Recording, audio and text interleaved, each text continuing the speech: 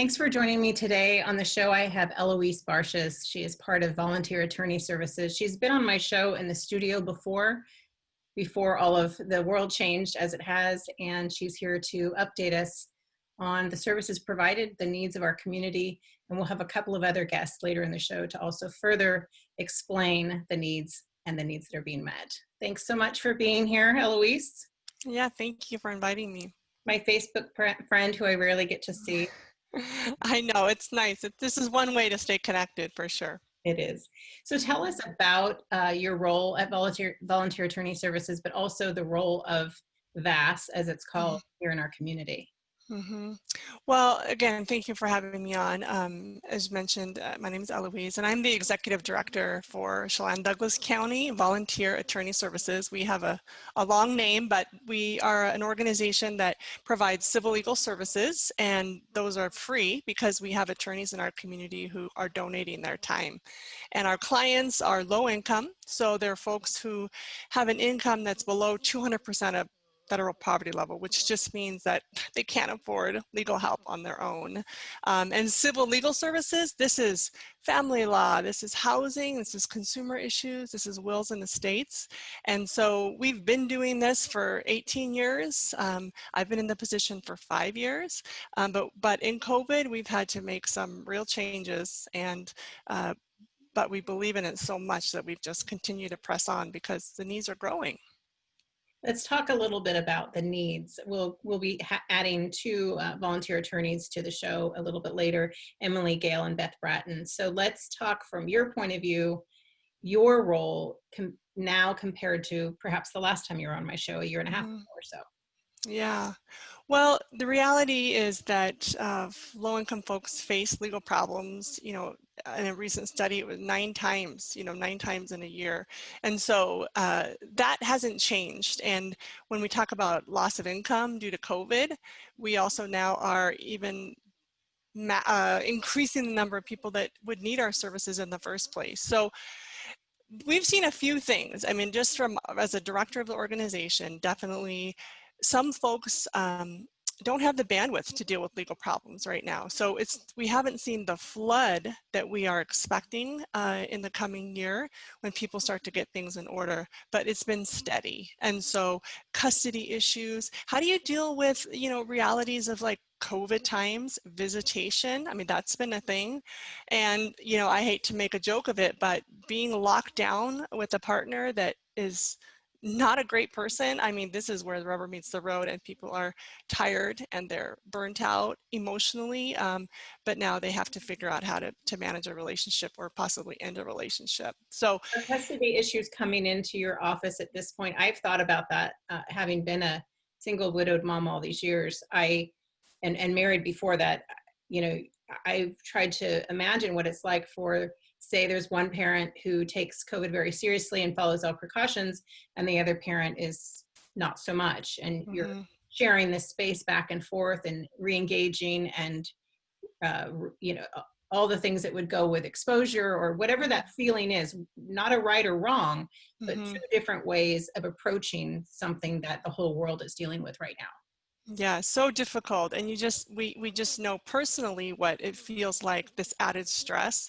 And then you add that layer, and then this, kind of the mama and papa bear that can come out in folks and wanting to take care of their children and do the right thing when there's been so much information, so much different information. So it's just complicated.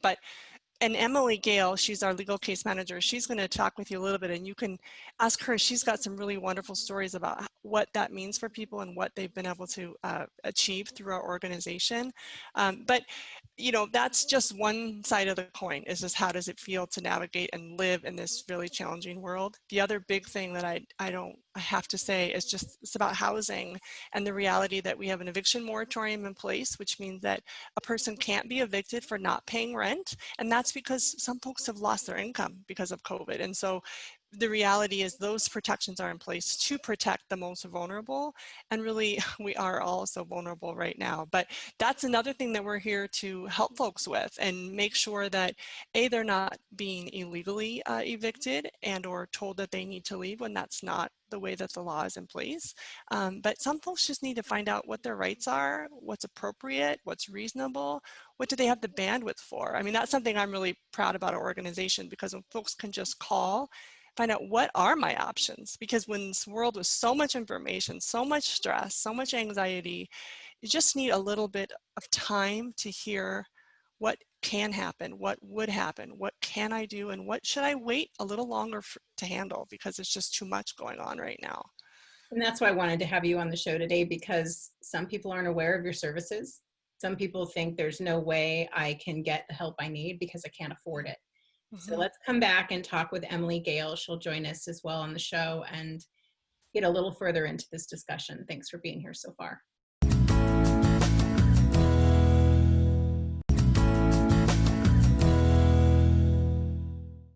We've been talking with Eloise Barshes from Volunteer Attorney Services, and now joining the conversation is Emily Gale. We're talking about the overall needs of the community and that what is provided by VAS, Voluntary Attorney Services. Thank you for being here, Emily. Yeah, thanks, Lisa. Tell us your role. Eloise was talking in general terms, the big umbrella of VAS. Tell us your role specifically there. Okay, great. I'm the legal case manager here at Volunteer Attorney Services. And what that means is I help connect the clients who need our services with the volunteer attorneys who provide those services. So I'm managing kind of the ins and outs of most of the civil legal cases that we handle, and connecting that client with sometimes multiple different volunteer attorneys. And so I'm sort of the conduit through which the many cases run. One of the things that Eloise and I were talking about is just how the needs have changed throughout COVID. How long have you been in your role there with VAS? I started in January 2017, and So yeah, there's been a pre-COVID. So what is the difference you've seen just in your everyday role? well, I think the number of clients with multiple civil legal problems has gone up with the uncertainty around income and just the stresses of the coronavirus pandemic. We're seeing more and more clients with multiple legal problems. So it's really stressful for them. I think that's a major change since I've been on board here. Eloise, what has, in your teamwork with Emily and the role that each of you have separately with the organization, how has any of this changed in how you work together? Is it the same type of teamwork? Have you had to change the structure at all? Just by the nature of being virtual. In the beginning, we were working from home, and now we're back in the office. We're fortunate to have a space that has different rooms for each of us to be safe. But really the kind of service that we provided, the quality has stayed the same. Emily has been working with attorneys to come in via Zoom and make those consultations, and that's been pretty effective. She could probably say more about that, but I think we might have even attracted some new attorneys who prefer that method going forward. So there is a silver lining to some of this, is how do we find a more efficient way to provide legal services? And the truth is some folks couldn't get into our office, and now they're able to connect with an attorney. So that's the magic of this kind of virtual consultations. Tell us about that, Emily. How has that enriched the role that you have there and being able to have these attorneys available? Yeah, I think it's just provided multiple modalities for us to provide free civil legal services.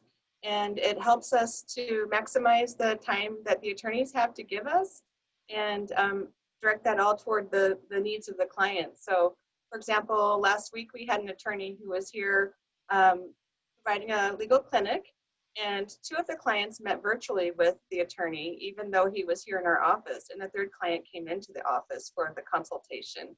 And so it really met everyone's needs. We have some attorneys who prefer to stay in their office, or some are working from home where they access Zoom that way. We use telephone consultations.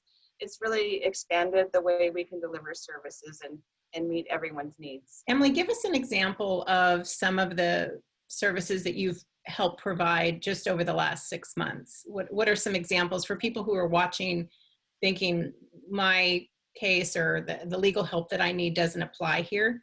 Tell us an example so they can get an idea of what actually is provided.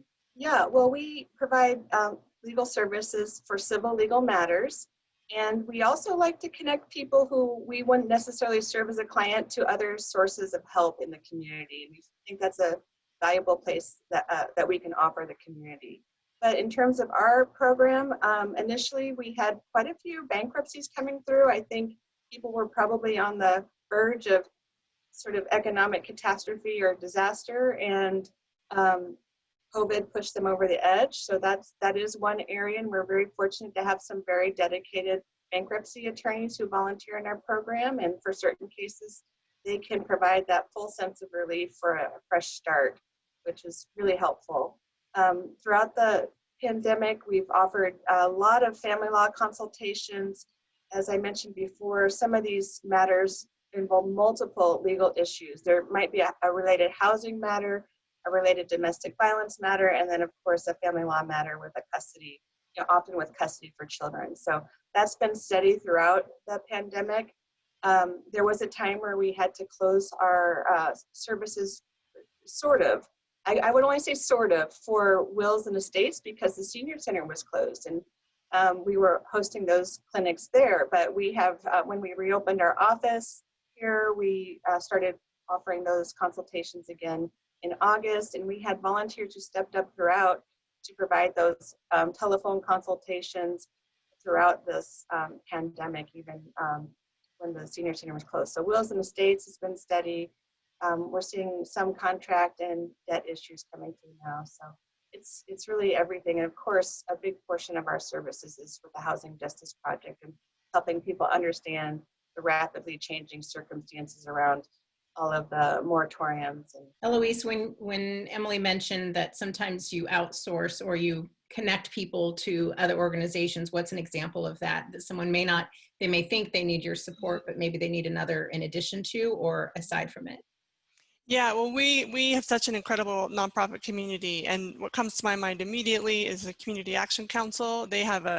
Right now they have specific dollars to help folks who haven't been able to pay rent because of COVID. So if someone calls us and they say, I can't pay rent, we make sure that they're able to connect with that program so that we can work with them and that program and the landlords to get that person some stability. The Wenatchee Valley Dispute Resolution Center, mediation, not every case has the legal, needs a legal solution, and maybe mediation is the first step. And so we partner with them, again, through housing. Some of these landlord and tenants, it's a conversation that needs to take place because even when the bills are paid, there's so much tension and conflict. And so mediation is another resource. There's just so many great organizations, but I would definitely highlight those. And so folks, when they call, we're willing, as Emily said, and very eager to make sure that they get whatever they need. So if it's legal services, it's community services, and or all of the above. I mean, that's how we want to work, because ultimately our mission is access to justice and, and access to services. And if we can help, that's what we want to do. When you mention landlords, let's talk about that. So you're part of that conversation, or you're part of that mediation, or they need that mediation between the landlord and the tenant. So where are landlords sitting with all of this, and how are they being helped through this crisis? Well, this is challenging, and I'll be honest, our organization is really focused on supporting tenants and tenant rights, but the truth is everybody has been a victim of COVID, and a landlord or a homeowner that is renting their property, they need to pay their bills too. And so when we talk about mediation and we talk about negotiation, it's about a fair and reasonable, conclusion that both people can be satisfied with. So I do hear some landlords are frustrated and anxious and concerned about not getting their rent paid to them. We hear most tenants saying that they will pay their rent. If they can, they will. It's a responsibility. They feel inclined to do so. There's always people that might not, but that's not even COVID related. That's just a part of their experience. So it's a tricky situation, and a lot of people are hurting and a lot of people are struggling. But when we can go back to that moratorium that is in effect until the end of the year, and maybe continued, the reality is these are folks who don't have anywhere else to go and they can't pay their rent, and being on the street isn't going to work either. So I wish it was easier and I wish it was simpler, but we definitely look for a happy middle ground that protects everybody, because if you are a landlord, you deserve to have your rent, and if you are a tenant, you should pay your rent. But if there's a reason you can't, these great resources are available to help. Emily, in closing, what would you like to say to our audience, whether they be someone who is in need of the services or might be able to have some kind of impact as an attorney, as a volunteer? What is your call out to them? Well, we just want you to know if you're in need of legal services and you have a civil legal matter, that we're here to help. We have an amazing staff. We work really hard to provide the best services we can, and we are so fortunate that we have a cadre of very committed, dedicated volunteer attorneys in our community. It's amazing. It's an unbelievable place to be and to be a part of. And we want you to know that you can turn to us for help. And we may not always be the one to help you. It might be, but we will point you in the right direction. And we really pride ourselves on being that organization in the community to stand for justice for all. And if you're somebody who's listening and you might be fortunate enough that you can hire an attorney, we just want you to know you might have a friend or someone who needs help. We want you to know that we exist, that we've been here for going on 19 years now, and we're going to continue. And through this pandemic, we've stayed steady and strong, and we're an organization that you can feel proud of, that we represent all people in Chelan and Douglas County. So we appreciate your interest. Well, thank you, Emily, for being here. We're going to take a break. Eloise is staying with us, and we'll come back with Beth Bratton, and we'll continue the discussion and more specific to her area with VAS. We'll be back in just a moment.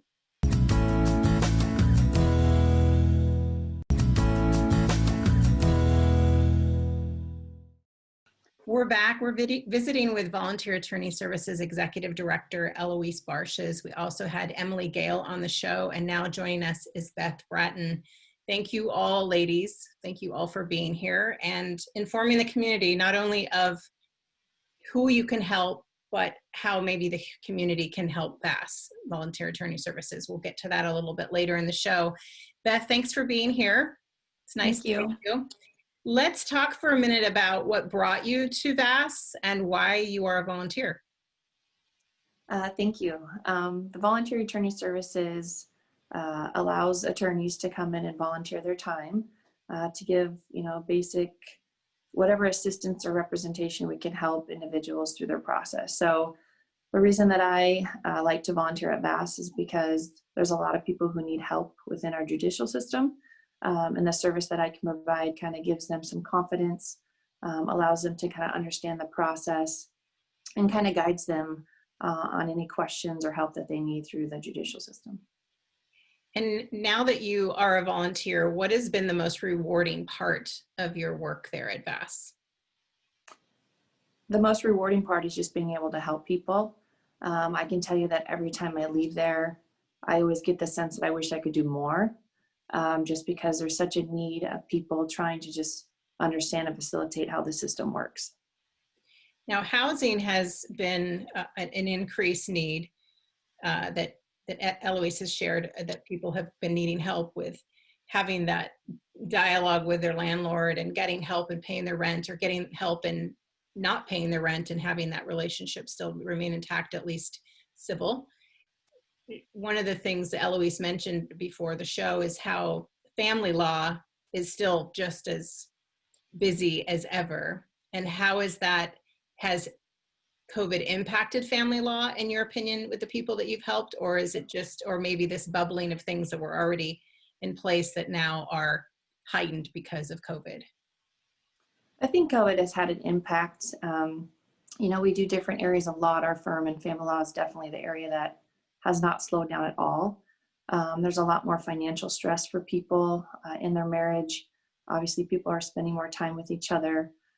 So, guiding people through that process. But COVID, I think, has had an impact, obviously more negative in the family law arena, just because family law deals with the different areas of, divorce and parenting plans and helping people with that process. When speaking to attorneys in our community, those who aren't yet volunteers, what would they expect when becoming a volunteer? If there's anyone watching who is an attorney who can offer that service, especially now that, like Eloise was saying, you're able to zoom in and not necessarily make the drive to wherever that person might be, but you can more conveniently do it from wherever you are. I would just encourage attorneys that it's a very rewarding experience. Eloise and Emily do an amazing job, having it streamlined for us. Doing the intake, it's very structured. It's literally 4 hours of just giving back and providing a service that we all can do. And I just encourage all attorneys to do it because it's a very simple process. And Eloise and Emily have done an amazing job with the voluntary attorney services. You mentioned 4 hours. Is that 4 hours per month, 4 hours per week, or is it necessarily always 4 hours? Normally the clinics are 4 hours, and it can really be what you have time and what you're willing to put into it. I'm sure they would love to have you weekly. It can be monthly. It can be once a year. Whatever time that you can devote to giving just that small window of your time too. Eloise, for people who are watching in the community who aren't attorneys, we have just a couple minutes left. Let's share how they can be of help to VAS. Well, with the work that Beth does, I just have to give her a quick shout out. She's an incredible person and what we would say a senior attorney in the community for family law, and her firm, Woods, Brangwin Bratton, they just do great work. And so I'm just really honored that when someone has her skill and ability and they give their time, because it just means a ton. So thank you, Beth. I just want to shout out to you. Appreciate that so much. And so that's one way to contribute. And I'm not an attorney. And one of the ways that, I contribute, obviously, is in the role of this work, but donating funds helps make sure that we're able to facilitate the legal services. Spreading the word is a huge piece of the equation. So letting folks know that we exist, directing them here, demystifying the anxiety about, addressing a legal issue, just making that first call.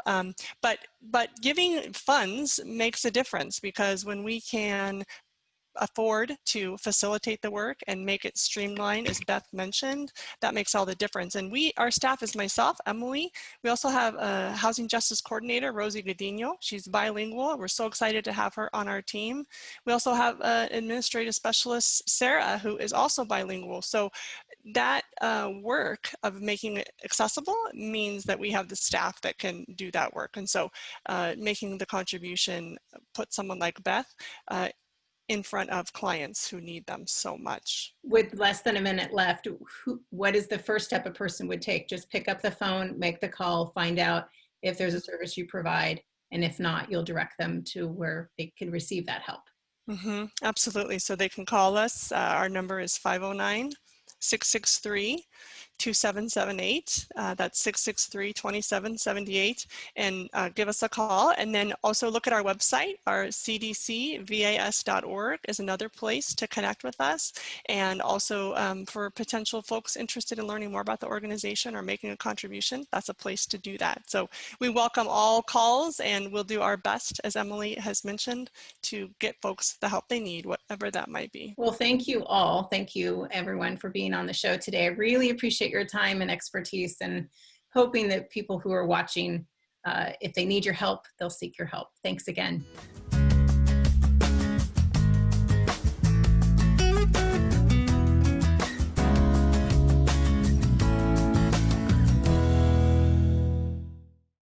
We have implemented and exceeded the state and federal best practices in sanitation to keep our community safe. Clients are COVID health screened prior to arrival, and our staff and clients wear masks at all times. We have created extra physical distancing space, including private suites for hair coloring services. Element Salon and Spa is committed to providing the highest level of service while enjoying a safe and relaxing experience.